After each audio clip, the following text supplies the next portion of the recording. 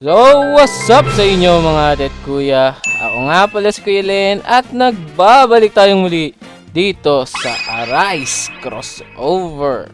So ngayon mga ate at kuya, makikita nyo, nasa boss rush ako. At tinutulungan ko tong dalawa na si Tio and Ryu. No, nagpapatulong sila makakuha ng mga drops dito sa boss rush hard, no? Mamaya, papakita ko sa inyo yung pinaka-progress ko. Yun lang talaga yung pinaka-point ng video natin ngayon. Kasi yung mga susunod ko pong video is tuturo ko na sa inyo kung paano ako mag-grind. Okay? Yes, sir. Pero may tuturo ako sa inyo ngayon. Pero hindi yun yung pinaka-lahat. Yung tuturo ko sa inyo yung kung paano mag-grind ng Legendary Dash. And yun nga, papakita ko lang din yung progress ko sa nakalipas na mga ilang araw, no? Officially, ano na tayo officially 3 days na tayong naglalaro, okay? Ayun yung game time ko, kung makikita nyo, 3 days and 1 hour. Almost pa 2 hours na. So 3 days and 2 hours. So ngayon mga ate kuya, kung makikita nyo sa pinakababa na max level na po ako, okay? Max level na po ako. Nag-ready na ako para sa parating na update bukas, kasi bukas yung update, diba? So para sa may mga pasok dyan, good luck sa inyo. Hindi ko alam kung ano yung darating bukas, pero I hope maganda yung dumating bukas kasi feeling ko magiging ready na ako bukas. Kasi mamaya pala ko magpuyat and mag-grind ako maigi, okay? Yes, sir.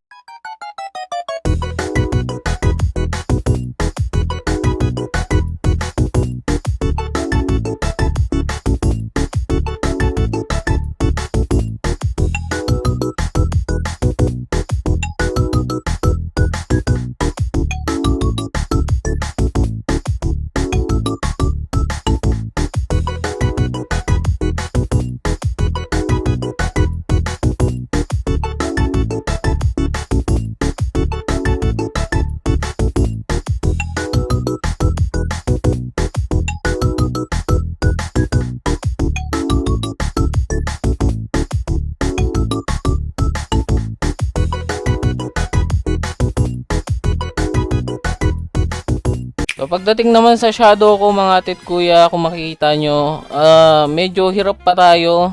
Kakasimula ko palang mag-grind ng Halloween Monarch and makikita nyo yung damage ng shadow ko nasa 1.58 OCVG. Okay, so medyo mataas na po yung ating DPS. Hindi ko alam kung ilang OCVG yung max ko. Nasa boss rush kasi kami, nawa-one hit ko kaya hindi ko makita yung full potential. Then yung iba ko is, ganun din naman, yung mga Death Bear Million ko is 1.3. Pinafarm ko tong Monarch. Ngayon pa lang ako nagsisimula sa Halloween Monarch. Ba't kaya yung spelling ng Halloween Monarch? Halloween? Ang galing! Ang galing! And hindi pa lahat ng shadow ko is meron pa pong infuse. So hindi pa to yung pinaka max DPS ko talaga. So hindi ko alam kung ano yung magiging max DPS ko. Then sa relics naman mga ate at kuya, dito ako medyo nag-focus talaga. So makikita nyo lahat po ng relics ko na merong shadow level is UGM na po silang lahat. And nakolekta ko na lahat ng as in lahat ng shadow level na relic meron na ako.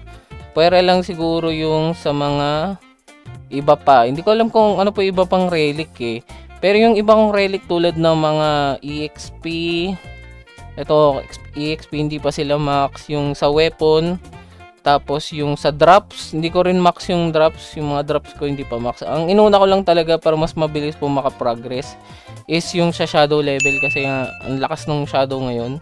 Kaya yun yung inuna ko. So kung gusto nyo malaman kung saan nakukuha tong mga relics na to or saan sila napaparm, i-share ko sa inyo yung kinomit ni Ryu. Ito talaga yung pinagbasehan ko pagdating sa relics, kasi kompleto yung comic niya dun sa kung saan siya nakukuha and anong klaseng relic siya. So ito, popost ko na lang. So save nyo na lang yan or screenshot nyo if kaya, no? Para meron din kayong copy kung saan yung mga kailangan yung i-grind na mga relics. So sa weapon ko naman pala mga ate at kuya, naka na ako, okay? Nag-grind ko na yung R+, okay? Na Witchbane. So makikita nyo, naka Witchbane Saber na ako na R+. Meron siyang Shadow Aspect 3, Sharpness 12, Vorpal 6, Shadow Affinity 7. Actually mas maganda yan yung enchant niya nung nakaraan, kaso ni-reroll ko. Meron niyang max na Vorpal aspect, tapos max tong Vorpal. Kaso nire-roll ko para sa loot. Dapat pala hindi ko na ginawa. Then pagdating naman sa stats, ano na siya, level 216. Meron na siyang 4 na gems na nakalagay. Hindi pa siya full gem kasi ginagamit ko yung core sa pag-upgrade ng mga drop relics ko, no? Kasi inuuna ko yung drop relics talaga. Na-upgrade ko lang to konti. Naglagay lang ako ng konting gems para kahit paano tumaas yung DMG. Sa level naman 216 nga siya. Medyo mahal na po yung pang-upgrade.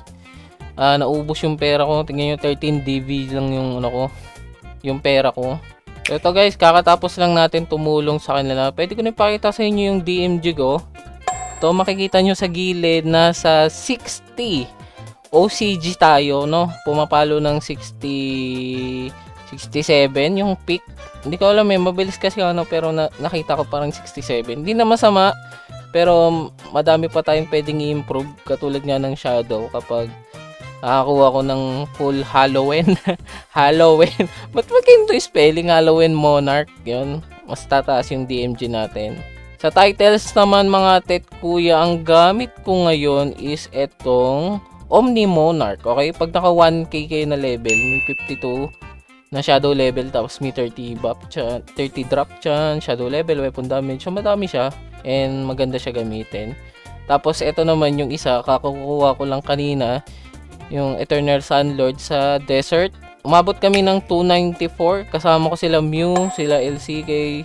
Ang dami, puro malalakas yung kasama ko kanina, mga batak. Kinikerry nga lang ako ng mga yun. Ang lakas nun. Kasi yung mga kalaban doon is nasa Nov VG na yung mga HP. OCVG lang ako. So, kaya ko lang bumawa sa mga early, pero yung mga late game na, medyo hirap na ako. Then dito naman pala mga tit kuya sa mga gachas, no. Hindi ko alam ko sa inyo kung nagagacha farm kayo, pero na-max ko na lahat ng gacha, no. Yung dito lang sa gacha na reroll, yung ganito lang. Ito, na-max ko na to simula sa grass hanggang sa last city, na-max ko na po 'yan kasi kahit pa paano nag-i-stack yung buff na binibigay nila eh. Then pagdating na naman sa upgrades, ito yung medyo mahirap kasi magastos to eh. Medyo mahirap i-grind. Pero may na-max na ako dito yung sa Nippon. Pero lahat sila high level na kung makikita nyo. Hanggang level 10 lang naman to. And kaya ko yan today if magpo-focus ako ng grind. Siguro mamamax ko din yan. So kung parang medyo nahinaan kayo sa damage nyo, try nyo yung gacha nyo. Baka kasi nakalimutan nyo yung gacha nyo eh. Yung gacha kasi malaki yung dagdag niya. Nagpapatong-patong kasi siya kaya maganda kung i-max yun. Madali lang din sila i-grind, okay? So, susunod, gagawa ko kung paano ako mag-gacha. Kasi nagawa ko to ng isang araw lang eh. Na-farm ko lahat to ng isang araw lang. Madali lang i-farm yung gacha as in. Okay mga tit, kaya mag-proceed tayo sa madalas na natatanong sa akin, no? So, yung madalas kasing natatanong sa akin, saan daw ako nag-grind ng Legendary Dust, no? Kasi ito madaming pinagagamitan na. Yung pinagagamitan nito is yung shadow upgrade. Mahal yung pag-upgrade, diba? Kailangan ng dust. Sa pag-upgrade nyo ng relic, kailangan din po ng dust. Tapos kapag sa weapon naman mag-enchant kayo, mas mahal doon, diba? Yung enchant ng weapon depende pa sa kung gaano karami yung mga nakalak sa inyo. So ganyan, diba? 1 for every reroll, mahal talaga. So kailangan nyo madami ng dust. So saan ba ako nag-grind ng dust? Actually madami tayong ibang pwedeng pag-grindan ng dust. Meron tayong Infinite Desert, meron tayong Infinite Labyrinth, meron din kasi ditong dust. Tapos may makukuha pa yung mga relic, shadow, and mga kailangan yung horse.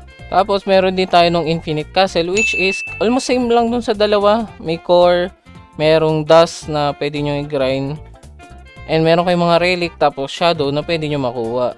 Pero isa lang kasi yung pinagkakaisa nitong mga to, syempre mainly for AFK kasi sila, no? Kasi meron silang auto AFK setting. So talagang ginawa sila para mag-AFK ka. Kumbaga kapag may iba kang ginagawa, so doon kayo pwede mag-farm talaga ng dust. Okay naman doon kasi malaki pa rin naman bigay kapag lumalaki na yung wave. Pero yun nga, habang tumatagal kasi mas lumalakas yung mga shadow na kalaban nyo or NPC na kalaban nyo, and mas humihirap.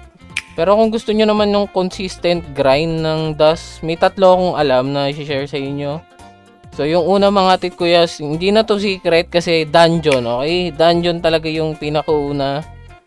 Sa dungeon po, kaya nyo maka-average as long nasa world 2 kayo. Alam ko world 2 kailangan kasi pag world 1 ata may mga rare and normal dust pa rin kayo makuha. Kung nasa world 2 kayo, kahit anong rank nung dungeon, nag-average po siya ng 500 to 600 plus na legendary dust per run, okay? So, isipin nyo, sa per run, kaya nyong maka 20 to 30 seconds. So, sa isang minuto, maka 1,000 to 1,200 plus kayo in average, no? So, mabilis ang mag-grind ng dust sa dungeon. And nag-grind lang ako ng dungeon if mag-grind din ako ng gacha. Pinagsasabay ko yun, ginagamitan ko lang ng rune para sulit yung time ko, okay? Then yung next part naman na pwede nyong pang-grindan is yung mga thunderstorm or yung mga storm break, okay? So yung mga storm break, hindi ko alam ko nung spawn time ng mga storm break, hindi ko kasi tinatandaan, pero yung mga storm break, madami silang dust na binibigay din, no? Unless na meron ka pong kasamang iba. Kasi dito, halos lahat makukuha nyo dito sa storm break eh. May consistent na lapag ng legendary core, tapos legendary dust, kompleto din. Lahat ng core and dust is nandito. Maganda rin to if may kailangan nyo ng mga pang-upgrade ng shadow nyo. Kompleto dito sa storm break, kaya maganda rin yung storm break. Ang main con nga lang po ng storm break is pag may kasama kayo or pag hindi nyo ma-maximize yung pinaka-reach nyo, okay? So, pag di nyo ma-maximize yung reach nyo, hindi nyo maubos kagad ng mabilisan yung mga mob. So, kailangan nyo pa rin gumalaw doon kapag ganun. Pero kung malaki naman yung reach nyo, okay lang kahit mag-AFK na lang kayo sa gitna. Then, I think yung pinaka-last na pinaka-marerecommend ko, I think, and ito rin yung pinaka-effective out of everything, is yung hospital na, Ancient Hospital na raid. Sa Ancient Hospital na raid, sobrang dami yung makukuha, okay? Dito, yung legendary dust is parang almost kaparehan na ng dungeon dust. Then, on top of that, yung rare dust and common dust is pumapalo ng 1k average, no? So, pwede nyo na lang silang i-convert to legendary dust if max na kayo, kaya madali lang. Then, nakapag-grind pa kayo ng maraming spooky shards and candy shards na pwede nyo gamitin para sa Halloween. Para mag-grind nyo yung mga shadow, yung pang Halloween craft if gagawa kayo ng Halloween monarch. So, kailangan nyo ng maraming key, ng Archelino key para doon. Kaya kung may re-recommend man ako sa inyo, ang pinaka-recommend ko talaga is itong hospital raid, no? Pero, depende pa rin sa inyo kung ano talaga yung ginagrind nyo. Sabi ko nga, kung may halong gacha, yung ginagrind nyo kasi hindi pa max yung gacha nyo, pwede kayo mag-dungeon, no? Gamitan nyo lang ng rune, tapos yun na, makakapag-grind na kayo doon. Kapag storm break naman, pwede rin naman kapag kayo lang mag-isa, no? Marami kasing drop din yung storm break kapag wala pa yung hospital raid, pwede kayo mag-storm break. Or kapag may tao sa storm break, pwede kayo mag-hospital raid. Vice versa. Kung ano lang yung available para sa inyo that time, siguro yun yung gawin nyo. So, make sure nyo din yung resource or yung storage bag nyo is upgraded. Okay, yung sa akin kasi hindi ko na-upgrade, ako lang na-upgrade. Try nyo ipamax to para ma-maximize nyo yung pag-grind nyo. And hindi kayo pabalik-balik mag-convert, okay? Siyempre, huwag nyo kakalimutan kumuha ng magagandang relic for drops. Yun talaga yung pinakakailangan nyo. Drop relics, siguro ito yung pangalawang i-max nyo. Pag na-max nyo na lahat yung nyo, tinatawag nating shadow level. Kasi yun na yung sinusunod ko, itong mga drops na. Tapos sa weapon naman, try nyo makakuha at least ng loot, tsaka loot aspect. Tinatry ko pa rin makakuha dito sa Witchbane, pero medyo mahal nga kasi. Kaya yung Gravebreaker muna yung ginagamit ko kasi may loot 5 to, okay? Pag nalagyan ko na to ng loot aspect and loot, ito na yung gagamitin ko, lilipat na ako dito. So far, yun lang naman lahat ng matuturo ko sa inyo. Everything about sa legendary dust or dust related. Kasi ganun lang po yung pag-grind ko. Ano lang talaga, depende na lang kung gaano kayo kasipag, okay? So masasabi ko bang malakas na ako dito sa Arise within 3 days? I mean, above average siguro, pero hindi po ako malakas, okay? Ang daming malalakas dito na mga leaderboard, talagang grabe yung damage nila. Siguro mahabol ko one day if di sila maglalaro for 10 days, mga ganun. Mahabol ko sila, pero ngayong tuloy-tuloy yung update, baka imposibleng mahabol ko sila. Sobrang lalakas nila, boy. Iba talaga kapag napatigil ka ng laro na matagal. Tapos, yun nga, syempre, na-delay ka sa mga news and meta, no? Pero gagawin natin lahat para makahabol ako ng leaderboard. Hindi ko alam kung ano yung leaderboard for Infernal ngayon. Pero ang maximum ko ngayon is floor 265 yung maximum ko. Kung makaabot siguro ako ng floor 275 or ewan ko ano bang ano ngayon. Hindi ko alam kung ano yung leaderboard ngayon, pero kung maka 280 baka makapasok. Pero may naka 280 na ba? Hindi ko alam. Pero kung maka 270 man, okay na ako doon. 275, okay na rin ako doon. Gusto ko lang pataas lang din yung ano ko, Infernal. So yun lang lahat mga atit kuya. I hope may natutunan kayo. So sa mga susunod nating video, share ko sa inyo kung paano ako mag-grind ng iba pa. Ewan ko, comment nyo na kung ano pang gusto nyong malaman, kung anong gustong pag-grind yung gusto nyo malaman, kasi pwede ko ituro sa inyo kung paano ako mag-grind, okay? Baka, pero hindi ko masasabing guaranteed yung pag-grind ko is yun yung pinaka-effective, kasi nga, iba-iba po tayo ng pag-grind, baka meron pa pong mas magaganda. So, ano na lang, ang gawin nyo na lang, kung ano lang yung sa tingin yung maganda sa tinuro ko, yun lang yung i-adapt nyo. Then the rest, na sa tingin nyo hindi maganda, syempre, tanggalin nyo. Palitan nyo ng ibang grinding method. Ganun lang yun para makahabol kayo. Adapt lang kayo ng adapt ng mga tinuturo ng mga malalakas. Ganun lang din ginagawa ko. Kaya nga nakinig ako sa inyo, sa mga turo ninyo para i-adapt ko kung ano yung mga kailangan ko, okay? So yun lang mga tit kuya, hanggang dito na lang ako, no? Kita-kita tayo next video. Ewan ko kung makapag-live pa ako. If ma-upload ko to ng maaga, siguro makapag-live tayo. So yun lang mga tit kuya, ingat kayo palagi and good luck sa mga pasok nyo bukas. And mag-grade ako, malala bukas. So bye bye!